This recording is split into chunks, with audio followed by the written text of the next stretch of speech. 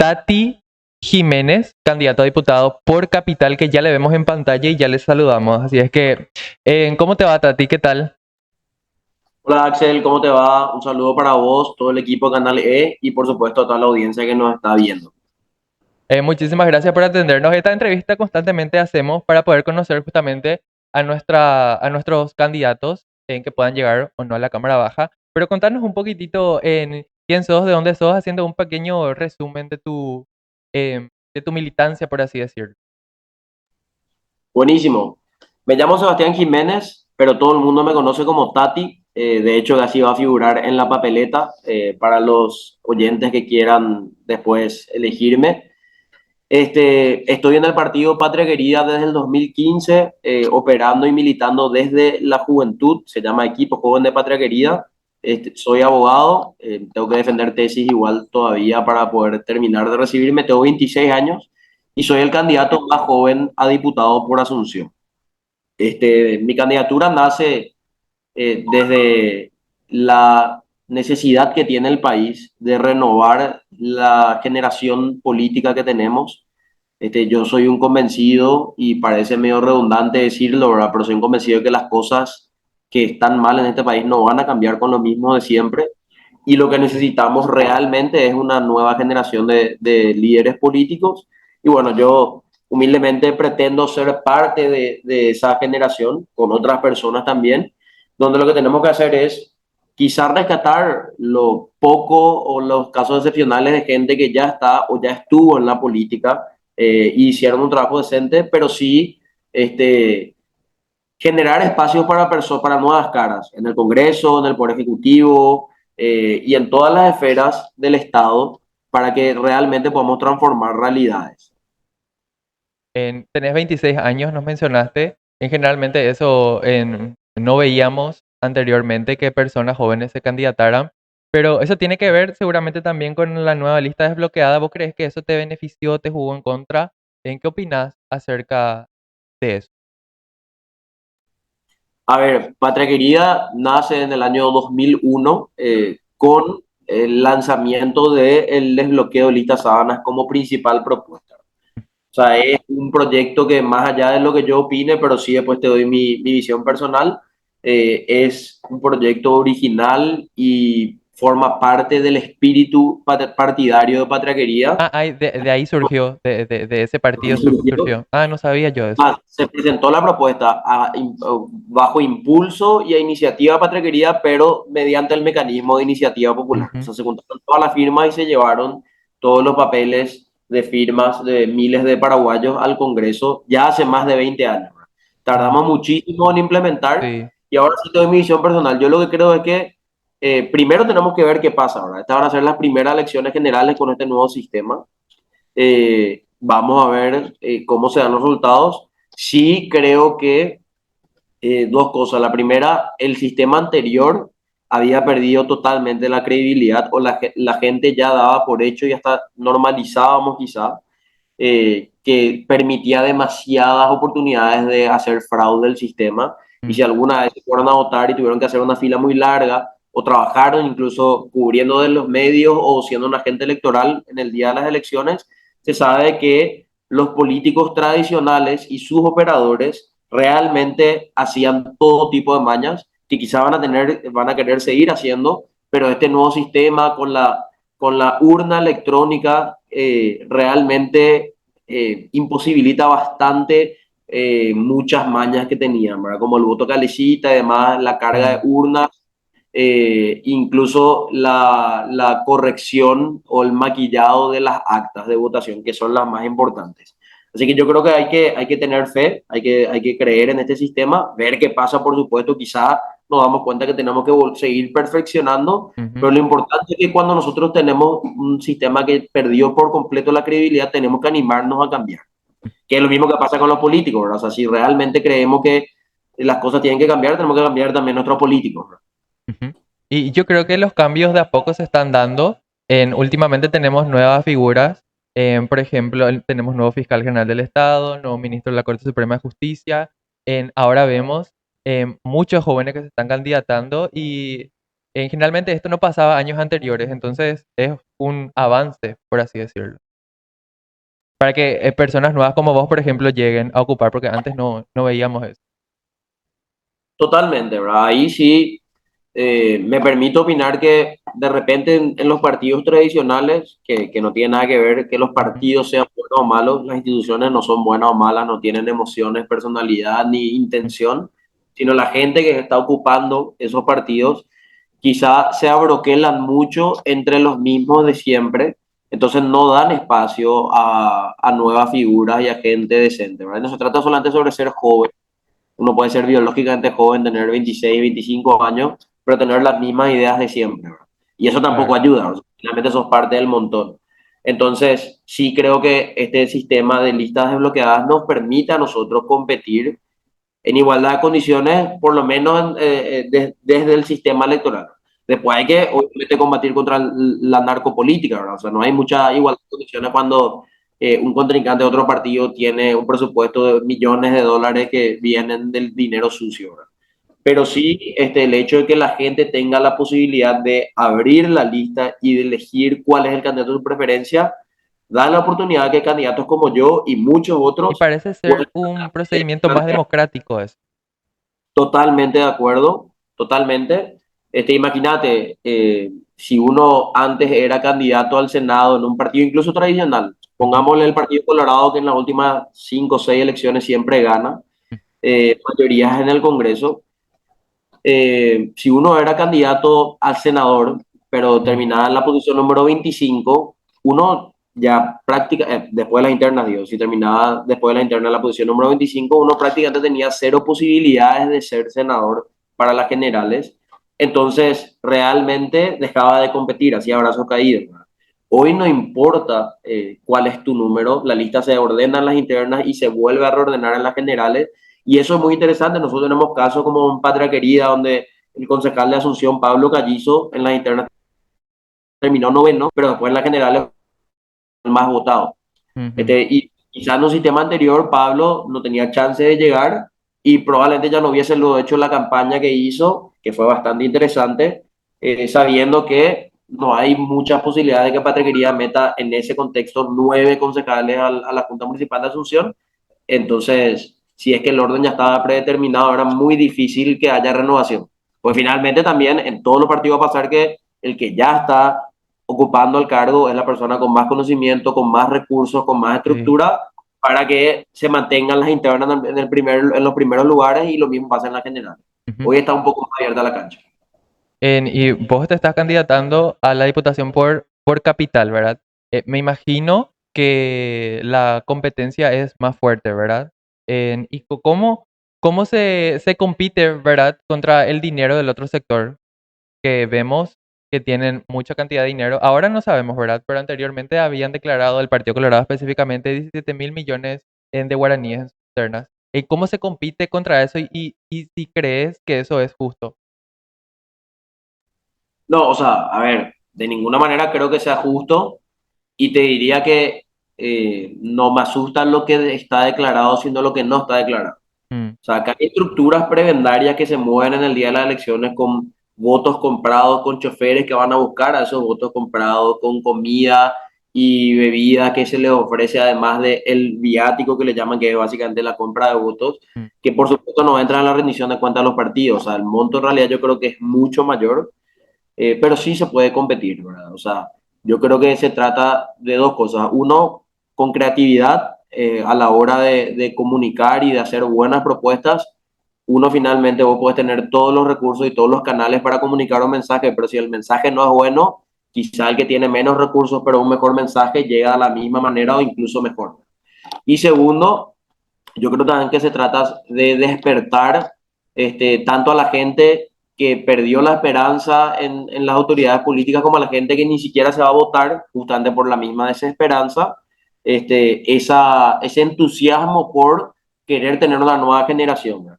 Y si se hace eso, se puede competir incluso con un presupuesto muchísimo menor, infinitamente menor. Mi presupuesto es completamente irrelevante si lo ponemos en comparación con otros candidatos de partidos tradicionales, pero de todas maneras siento que estamos haciendo un buen trabajo y podemos tranquilamente asegurar un buen resultado el 30 de abril que me permita llegar a la Cámara de Diputados, o no, pero estamos haciendo todo lo posible y no se siente, gracias al trabajo que venimos hecho, esa diferencia de dinero. Sí te diría que, claro, una cosa es el esfuerzo que hacemos para juntar aportes de compañeros de colegio, Claro. compañeros de facultad, de trabajo y familia para poner un cartel y después es que tu competencia pone 200 carteles, Mm. pero más allá de eso, con creatividad, como una propuesta y también transmitiendo un poco de esa preocupación de tener nuevas generaciones y transmitir que hay que hacer las cosas de forma decente, yo creo que se puede despertar a ese voto criterioso, ese voto que vota no por su partido, no porque le pagaron, sino que vota porque confía en la propuesta y en la persona del candidato al que le vota. Sí, famoso la gente vota nomás ya últimamente por el color, ¿verdad? Y no por los principios y las famosas ideologías, ¿verdad? ¿Y vos qué crees? O sea, yo lo que me doy cuenta es que muchos de los actuales diputados y senadores, muchos se vuelven a candidatar. ¿Te parece que eso es sano? Porque es como que no le da el espacio a personas nuevas, a vos, por ejemplo. Eso también juega un poco en contra a las personas que quieren empezar, por así decirlo, un nuevo camino. No, definitivamente. Y sobre todo que hay que entender que, a ver, yo no tengo ningún problema con que hayan buenos políticos que hagan una Mm. carrera y una trayectoria larga en la política. O sea, eso no necesariamente es Calega malo. Laverna, por ejemplo, este año ya no se candidata después de estar aproximadamente 30 años en el Congreso. Le juegan Claro, y contra a antes de estar en ustedes. el Congreso, antes de estar en el Congreso fue intendente y fue concejal. Ujú. Yo, a ver, justamente usando ese ejemplo, ¿verdad? No es necesariamente malo que un político tenga una carrera política larga, pero claramente si las cosas están tan mal como están, eh, evidentemente nosotros necesitamos renovación de los tomadores de decisiones, ¿verdad? O sea, que gente como Calega Laverna, y lo digo con nombre y apellido, pretenda cada 5 años prometerte que él va a ayudar a cambiar el país, siendo que hace 30 años está ahí, y el país no es que no cambió, sino que cada vez estamos peor, es un poco, primero, iluso, y segundo, creo que es incluso hasta una tomadora de pelo para el elector, ¿verdad? O sea, y por eso también me pasa como candidato, uno se va a hablar de candidaturas, de propuestas, y la gente no cree en las propuestas ni en los políticos. Mm. Y tiene razón la gente, ¿verdad? O sea, son los mismos políticos que cada 5 años, desde hace 20, 30, 40 años, vienen Sí.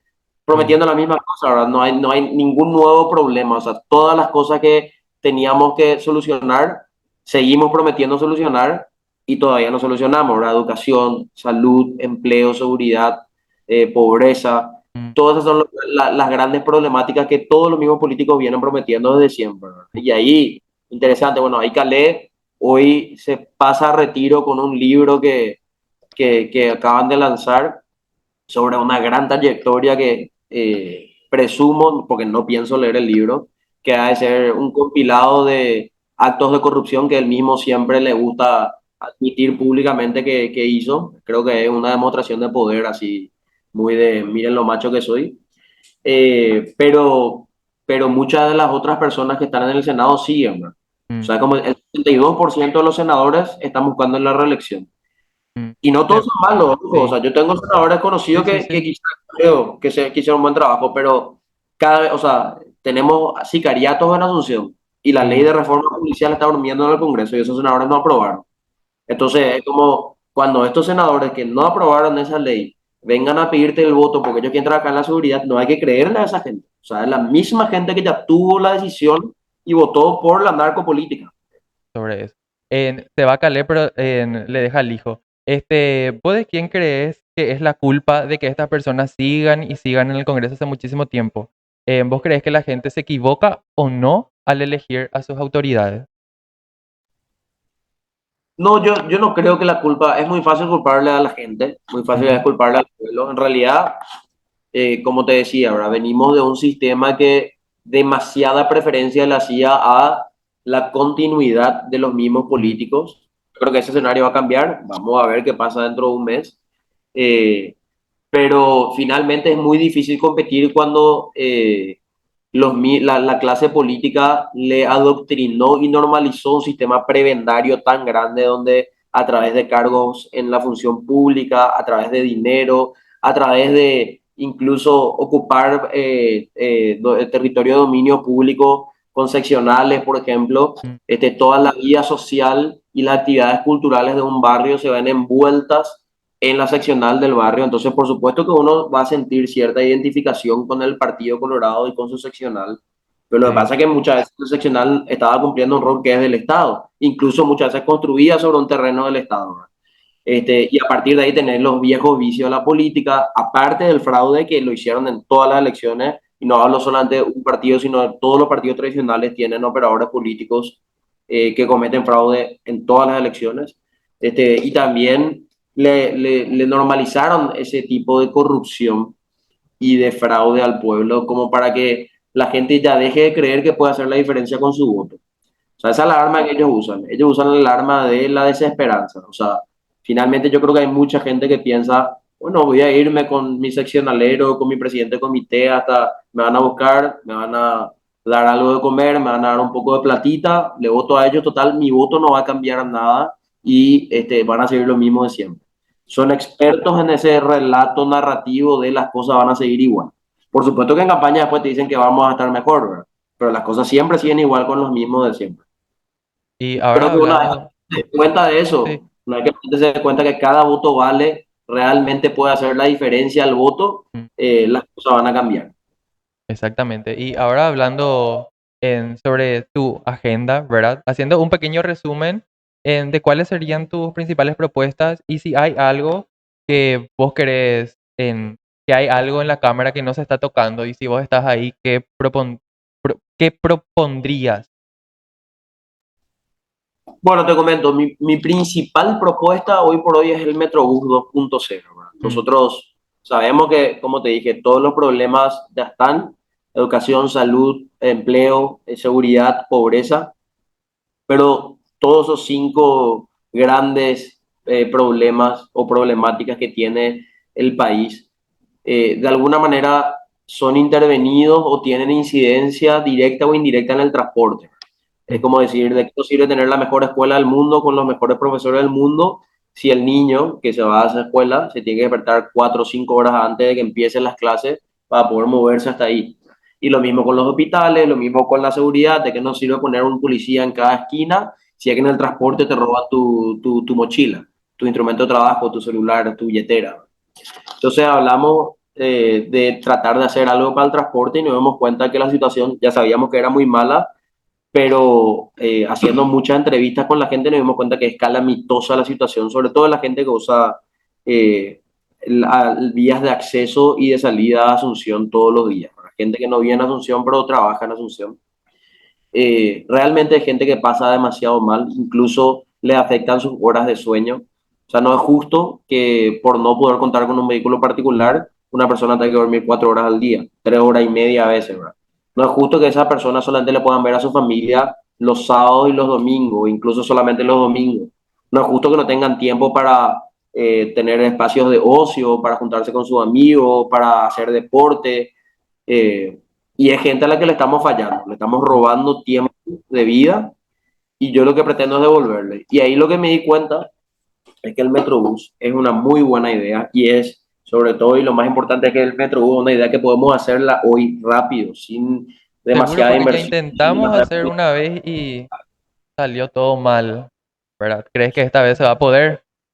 Porque la Creo que gente como que sí, ya perdió las esperanzas con ese tema. estoy de acuerdo. Nosotros le entrevistamos muchísimo a la gente a preguntarles qué pensaban sobre el transporte público y Mm. también qué pensaban del Metrobús. Y hay una gran desilusión respecto al proyecto, pero a todos también le preguntamos si pudiésemos hacer de vuelta y hacerlo bien, ¿estarías de acuerdo? Y todo el mundo quiere, ¿verdad? O sea, evidentemente necesitamos alternativa a los buses chatarra que hoy tenemos, que entre paréntesis cada vez son menos, ¿verdad? O sea, tenemos la mitad de la cantidad de buses que teníamos hace 3 años. Y, y lo que nos damos cuenta es que se hizo mal, se implementó súper mal el proyecto, tenía luego ciertas fallas de diseño, pero no porque el proyecto se haya hecho mal, que podemos enlistar todas las causas, pero finalmente es la corrupción la que te termina cagando el proyecto como siempre. Sí. Disculpa el vocabulario. Pues bueno, o sea, básicamente la corrupción no nos puede robar una buena idea. O sea, nosotros, está bien, el proyecto se hizo mal, tienen que pagar judicialmente las personas que estuvieron involucradas en cualquier tipo de cosa ilegal respecto a ese proyecto, estoy 100% de acuerdo y hay que hacer la persecución de ese caso, pero no permitamos que porque estos tipos lo hicieron mal, nosotros vamos a matar la idea. La idea es buena, la idea Mm, funciona en más de 80 ciudades de Latinoamérica. Y entonces es súper interesante entender que con poca inversión estatal y en poco tiempo vamos a plantear una alternativa que no va a solucionar todos los problemas de tránsito del área metropolitana, porque es un mm, problema muchísimo más complejo, sí, pero para abordar ese problema tenemos que armar un proceso y un sistema integrado que nos va a tomar tiempo. Y este es el primer paso, ¿verdad? Tenemos que renovar la flota de buses convencionales, tenemos que rediseñar el itinerario de buses convencionales, tenemos que sumar quizá el primer Metrobús y después un segundo Metrobús, mm, tenemos que conectarlo con el tren de sí, cercanía que lo quieren hacer en el 2027 y después empezar a pensar incluso en trenes elevados y en metros subterráneos que hoy no se repagan. O sea, por mucha gente pregunta por qué no hacemos más ya eso. Y hay dos cosas. Primero, no tenemos la plata y nadie nos va a prestar la plata porque necesitas repagar en un tiempo mm, razonable para que alguien te preste. Y hoy no se repaga, repagaríamos en 100, 120, 150 años y nadie nos va a prestar plata para recuperar ujú, en ese tiempo. Y por otro lado, si no logramos hacer un Metrobús, que básicamente es exclusivizar un carril de ida y un carril de vuelta dentro de una avenida y hacerlo de hormigón e importar los buses, no podemos pretender hacer una intervención vial muchísimo más grande como la que implica un tren elevado y ni que mm, hablar un metro subterráneo. exactamente. Hace poco, o sea, recién estábamos hablando del túnel Tres Bocas, que en el año 2019 ya tendría que estar terminada la obra, por así decirlo. O sea, tendría que haber empezado y después de varios años recién se terminó. No me quiero imaginar qué es lo que va a pasar con el Metrobús. Pero discúlpame mi ignorancia. Em, esto no es más un trabajo ejecutivo, por así decirlo. O sea, hay algo que se puede hacer desde la cámara baja para que salga este proyecto. Sí, se puede hacer. Por Mm, supuesto que es un trabajo que lo va a tener que llevar a cabo el Ministerio de Obras Públicas, ¿verdad? Pero nosotros lo que queremos hacer es que el Metrobús 2.0 tenga un marco legal en un proyecto que, por un lado, inste y casi, ah, ok. como te diría, casi obliga al MPC a rehacer Mm, ese proyecto. Y por otro lado, le dé ciertas pautas. Por supuesto que la bajada en un pliego de base y condiciones la van a tener que hacer de forma técnica en el MOPC. Pero algo clave y que falló en el primer proyecto es que no había comunicación con todas las partes. Y eso era un proyecto de ley nosotros queremos arreglar, ¿verdad? O sea, que el pliego así y condiciones y todo el proceso se ha construido en una mesa interinstitucional, primero incluyéndoles más que nada las municipalidades, San Lorenzo, Fernando La Mora y Asunción, porque tienen que estar al tanto del proyecto. Muchas veces pasa que el gobierno central hace toda la obra, te entrega a la municipalidad, no conoce la obra, no entiende la obra, no sabe cómo utilizarla ni mantenerla. Esas cosas tenemos que empezar a corregir. Por otro lado, tenemos que sumarle a los frentistas a esa mesa. Mucha gente le satanizó a los frentistas por sí. poner palo a la rueda, que en realidad los frentistas fueron los primeros en denunciar las cosas que estaban mal del proyecto, ¿verdad? Y no son los frentistas los que están en contra. O sea, hay que garantizar a los frentistas que se va a hacer bien, hay que garantizarles previsibilidad, cuál va a ser el impacto que va a tener para su local comercial o para su vivienda, cuánto tiempo va a ser ese impacto y cómo logramos que el impacto sea mínimo, ¿verdad? Mm, Si uno le puede garantizar esas cosas a los frentistas, ellos se van a sumar, son los principales interesados porque son los que principalmente usan esa vía, que hoy por hoy cualquiera que se vaya o ya la sabe que es un desastre. O sea, los buses están en todos los carriles, desde las 5 de la mañana hasta las 8 más o menos, colapsa por completo la avenida en todo su trayecto y lo mismo empieza a pasar a partir de las 4:30, 5 de la tarde hasta las 7, 7 y sí, media y es la principal vía de acceso a la capital, ¿verdad? O sea, nosotros necesitamos arreglar eso. exactamente. Entonces, a partir de este proyecto de ley, nosotros queremos crear esa mesa interinstitucional, queremos marcar ciertas pautas, como por ejemplo, el proyecto tiene que tender a la electromovilidad, primero por una cuestión ambiental, pero más allá de eso, porque yo sé que hay gente que lo pone en debate, tiene que ver con una cuestión de costos y con una cuestión de aprovechemos la energía que tenemos. Pero, o sea, tenemos demasiada energía eléctrica renovable Mm, y limpia en Paraguay como para poder seguir apostando por movilidad a combustión. Entonces, hagamos un plan, así tenga que ser progresivo, ¿verdad? Que primero también que empiece hace con la... poco se terminó de pagar la deuda histórica de Itaipú. Me imagino que se puede financiar algo con eso, ¿verdad? Hay muchas ideas que podrían lanzar también ustedes. Totalmente de acuerdo. Y ahí un dato de color también súper interesante es, nosotros hicimos un préstamo para el primer Metrobús. que recuperamos plata con la aseguradora, pero que ahora está todo el caso en arbitraje entre la constructora y el Estado paraguayo. Así que hay que ver qué pasa con eso, pero hay parte de la plata que prestamos que el Estado la sigue teniendo. Son 34 millones de dólares que están en caja, por así decirlo. La tiene el gobierno en el bolsillo y quieren usar ese dinero. De hecho, que llamaron ya a una licitación, después la cancelaron, pero siguen pretendiendo usar ese dinero para comprar muebles para las oficinas del Estado, las nuevas oficinas que están en el puerto de Asunción. Y a ver, yo, más allá de que quizás haya una necesidad real de muebles, creo que acá se perdió por completo un cable a tierra y una visión de prioridades del Estado. O sea, si nosotros hicimos un préstamo para invertir en movilidad y en transporte público, no podemos pretender usar tanta plata de ese préstamo para comprar muebles que no le benefician a la mayoría de la población. Pero, o sea, nosotros necesitamos Sí. usar la plata para transporte público, vale la redundancia, en transporte público, ¿verdad? Entonces, el Metrobús 2.0 que nosotros planteamos es luego un proyecto simplificado, o sea, más allá de no una cuestión de ser más o menos ambicioso, sino una cuestión de administrar realidades y entregarle a la gente una solución rápida lo antes posible. Entonces, este proyecto es más simple, el trayecto es un poco menor, la intervención vial es un poco menor y tiene que estar mejor adaptado a la superficie de Ucayala. Y en vez de 180 millones de dólares, que era el préstamo que se hizo, que es el total de todo lo que planteaban en el Metrobús, que no era solamente el Metrobús, sino un montón de cosas más, nosotros queremos reducirlo a 70 millones de dólares y la mitad ya la tiene el gobierno.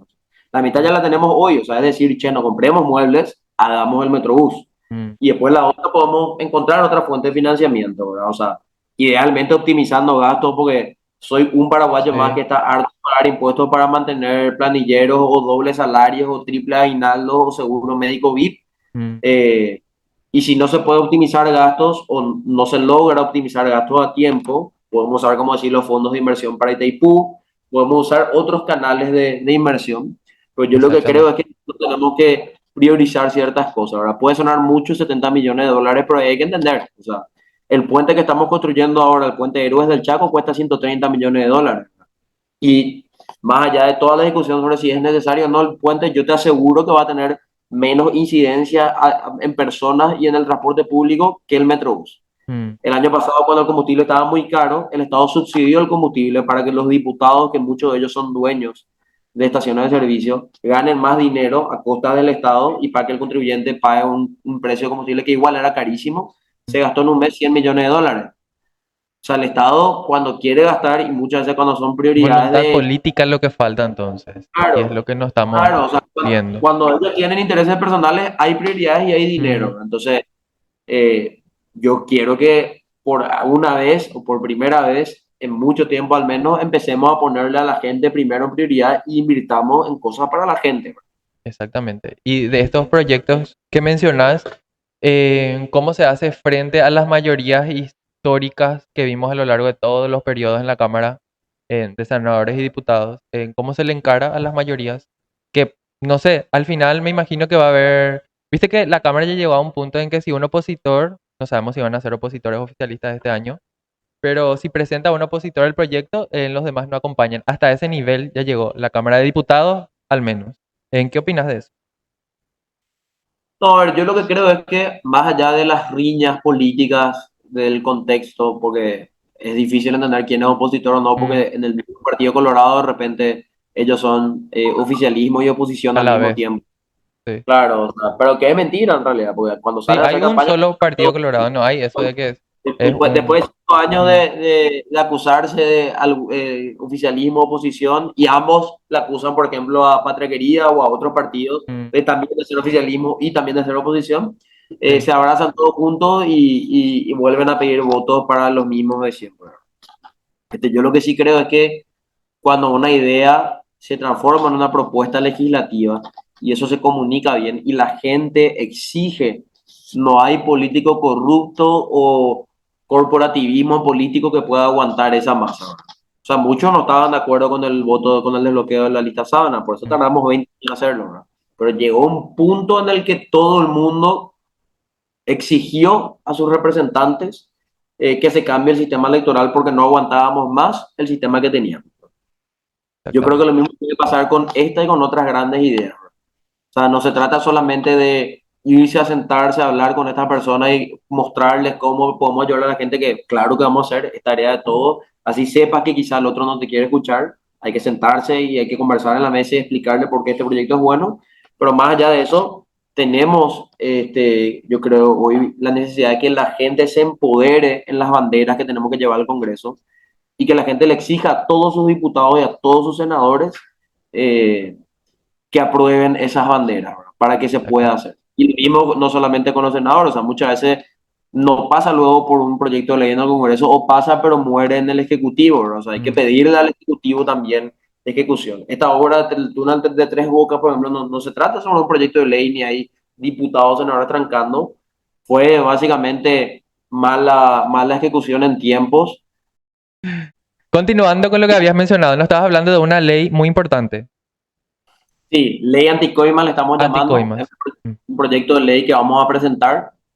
La propuesta básicamente es darle un poco de proporcionalidad a el perjuicio tan grande que hace el tema de las coimas, los sobornos que reciben nuestros congresistas, nuestros mm, jueces, los funcionarios que están a cargo de licitaciones, para que haya una sanción realmente ejemplar, por así mm, decirlo.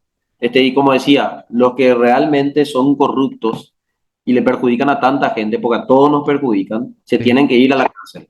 Y es casi una vergüenza que el Código Penal plantee solamente una sanción de 2 años o multa. O sea, si uno es condenado a prisión por 2 años, no pisa la cárcel, pero tiene Mm. medidas alternativas. Es como que Entonces, quieren criminalizar la corrupción, algo nosotros queremos parecido. criminalizar la Mm, corrupción, exactamente. Entonces, la pena mínima va a ser de 5 años hasta 10. Quedará a criterio y arbitrio del juez mm, según cada caso. Y en casos más graves con agravantes podría llegarse hasta 15 años de prisión mm, para esos casos de, por ejemplo, tenemos imputaciones y acusaciones del Ministerio Público, incluso a ex viceministros, a ex ministros de Corte Suprema de sí. Justicia, por cometer prevaricato.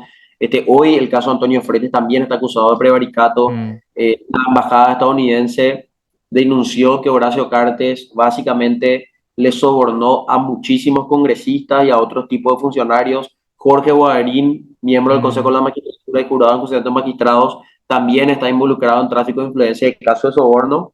Entonces, es momento de darnos cuenta que una de las grandes demostraciones de la corrupción que está en todas partes es un sistema de sobornos y coimas que implementaron y que no está bien penado. Tenemos que penar bien para que el día de mañana, cuando tengamos un ministerio público saneado, realmente esta gente se vaya a la cárcel, ¿verdad? No mm, tengan salidas alternativas, no tengan sustitución a las prisiones, suspensión de la ejecución de la pena.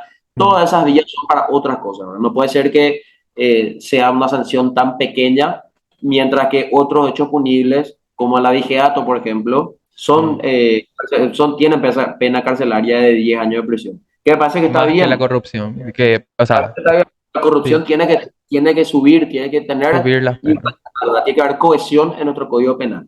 Ujú. Entonces vamos a presentar eso. ¿Y vos qué opinás acerca de estos nuevos corruptos, por así decirlo, que tenemos? Hablando específicamente de Jorge Bogarín, en cómo es que una persona juzgada por los Estados Unidos puede juzgar a otros. ¿Qué te genera eso a vos?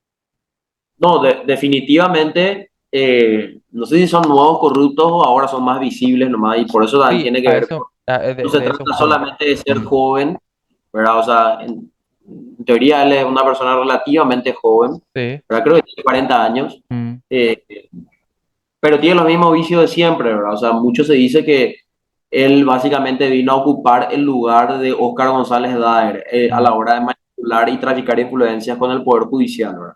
Eso está demostrado, o sea, hay un fiscal que fue suspendido en su función y luego desvinculado al Ministerio Público, que por eso no pudo continuar con su tratamiento médico y se terminó muriendo de cáncer, y lo único que había hecho mal era imputarle por actos de corrupción al amigo Jorge Bogarín. Esas cosas no tenemos que mm, dejar pasar ni normalizar. O sea, no puede ser que nos cueste tanto dinero, tanta vida, tanto tiempo. O sea, hay familias rotas por culpa de la corrupción y nosotros no podemos permitirnos normalizar que esta gente siga operando igual, ¿no? Así que, por supuesto, me parece una vergüenza que se rehúse a renunciar, pero ¿qué podemos esperar de gente que toda la vida se manejó con corrupción, ¿verdad? O sea, Jorge Guarín, no, yo no espero absolutamente nada de él y espero que el día de mañana, previo, por supuesto, una investigación que ya se está haciendo del Ministerio Público, pague por todo lo que hizo con cárcel, ¿verdad? Y espero que cuando eso pase y existan casos de soborno demostrados de él, ya esté aprobada mi ley para que en vez de irse de 2 años se vaya a 10 años preso. Mm, Porque eso es lo que merecen los corruptos, muchos años en la cárcel. exactamente. De hecho, ahora se está hablando de un juicio político en la Cámara de Diputados. Vamos a ver si en qué termina todo eso. De igual forma tendría que renunciar y no destituirlo, pero vamos a ver qué pasa, ¿verdad? Volviendo a las elecciones generales que ya se están aproximando, se habla también de que los jóvenes van a hacer la diferencia en estas elecciones.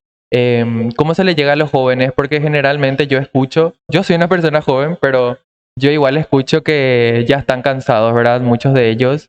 Y también escucho de que no van a irse a votar porque las mismas personas siempre están ocupando, ¿verdad? ¿Cómo ustedes tratan de solucionar, por así decirlo, ese pensamiento de los jóvenes?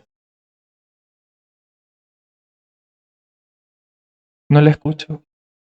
Perdón, estaba muteado. Ah, Yo creo que no hay mucho que solucionar, ¿verdad? O sea, yo ahí lo que creo es que nunca le dimos una oferta electoral atractiva a los jóvenes. ujú, Eso es lo mismo de siempre. O sea, imagínate, estábamos hablando de que Calega Laverna por sí. un momento se amagó ser otra vez candidato al Senado para hacer su séptimo periodo consecutivo en el Congreso, ¿verdad? Mm, Y no es no es el único caso excepcional, muchísimos que están ahí, están hace 3, 4 periodos, ¿verdad?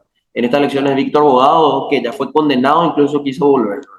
Víctor Entonces se Rodas, trata sí. de, yo creo que candidaturas como la mía, y no hablo solo por mí, sino por otras candidaturas nuevas de mi partido y de otros partidos, van a hacer que los jóvenes se quieran ir a votar, porque por primera vez tenemos la posibilidad de que cualquiera que esté en la lista pueda llegar, y hay buenos candidatos, ¿verdad? O sea, se Mm, trata solamente de hacer una búsqueda digital rápida para encontrar un candidato que te represente, quizás soy yo, ojalá, y si no soy mm. yo, otro, pero hay que irse a votar, ¿verdad? O sea, todo compromiso cívico y el cambio del país empieza por irse a votar el 30 de abril y yo tengo confianza en que los jóvenes van a salir a las urnas. A votar. Ujú. Y hablando sobre los candidatos a presidente, yo no sé si es que vos formabas parte del grupo, porque viste que ahora es como que no se quieren ensuciar los demás partidos con la figura de Efraín Alegre en la concertación. Ustedes, el Partido Patria Quería, tengo entendido que está dentro de la concertación, pero tu opinión personal de vos, ¿cuál es? ¿Apoyás la candidatura de Sole Núñez y Efraín Alegre o no? Sí, o sea, a ver, no se trata de apoyar la candidatura de Efraín o de Sole Núñez. Ujú, A mi criterio se trata de apoyar la alternancia. O mm, sea, yo, y con esto claro, ¿verdad? O sea, yo voy a ser el principal oficialista si es que la propuesta que viene del Ejecutivo es buena y el principal opositor si es que la propuesta es mala. mm. ¿Verdad? Y eso es independientemente a quién sea Así presidente, debería funcionar, de hecho. si es Efraín o si es así debería funcionar Mm, de hecho, exactamente. Pero y eso va a ser independiente a que sea Santipeño o Efraín. mm, Por otro lado, sí creo que haciendo mías las palabras del presidente, las de la República actual, tiene que ser una moneda de cambio la alternancia de la democracia. ¿Verdad? O sea, las democracias se fortalecen con la alternancia mm. y siempre hay un riesgo y siempre se deconstruye la institucionalidad cuando un mismo partido y un mismo grupo político sostiene y gobierna las instituciones públicas por tanto tiempo sostenidamente. ¿Verdad? Entonces, yo le invito a la gente primero a que apuesten por nuevas caras. Mm, Y en el Congreso es muy clave que renovemos la generación política, así que le invito a conocer más sobre mi propuesta, mis ujú, proyectos, y si quieren que me voten. Y segundo, yo les invito a apostar por la alternancia. O sea, como dije, las cosas que están mal no van a cambiar en este país con lo mismo de siempre. ujú, Yo creo en la concertación, en la figura institucional de la concertación, más allá de Efraín Alegre, Sole mm, Núñez o quien sea, como un mecanismo para generar esa alternancia que pueda traer cambios al país. ujú. Y vamos a hacer todo el esfuerzo, seguramente va a costar, seguramente vamos a cometer errores, pero a mí me van a encontrar como un aliado para las cosas buenas y como un enemigo para las cosas malas, en Ujú. cualquiera.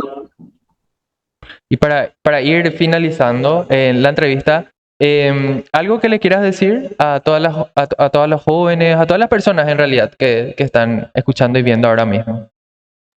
Voy a ser un poquitito redundante, pero un mensaje final es, si a vos te gusta cómo están las cosas en el país, no me votes. O sea, yo no voy a ser un agente de el continuismo en el que estamos. Ahora, si tenés molestia, si te disgusta la situación del transporte, de la educación pública, de la salud pública, de la seguridad, de la inseguridad jurídica, de un montón de problemáticas que sabemos que tenemos, si estás disconforme con eso, yo te invito a que votes por una nueva generación política, invito a que voten por mí, yo pretendo ser parte, quiero ser un agente de cambio, este, así que las cosas no van a cambiar mientras sigan los mismos. Yo le invito a la gente a votar por nuevas personas y pongo a consideración mi candidatura y me voy a enfocar en lo que prometí hacer, ¿verdad? Más allá de que después siempre vamos a tener buena predisposición y buena voluntad para hacer todo lo que se nos venga en el camino. Yo como diputado voy a trabajar por tener un metrobús bien hecho, quiero trabajar por la ley anticoimas para que los corruptos se vayan presos y quiero trabajar mucho en acceso a primer empleo de los jóvenes. Ujú. Y después vamos a trabajar en todo lo que demás nos toque, pero esas son mis promesas concretas que yo le hago a la ciudadanía y al electorado. Bueno, muchísimas gracias, Tati, por tu tiempo. Gracias a vos, Axel, gracias a todo el equipo de Canal E y a toda la gente. Recuerdo ahí mi lista, soy de candidato a diputado por Asunción Ujú. de Patraquería, lista 8 opción 3. Cualquier Bueno, cosa me pueden encontrar en las redes como Tati Diputado. ujú. Y esperamos también en otro momento para volver a tener otra entrevista.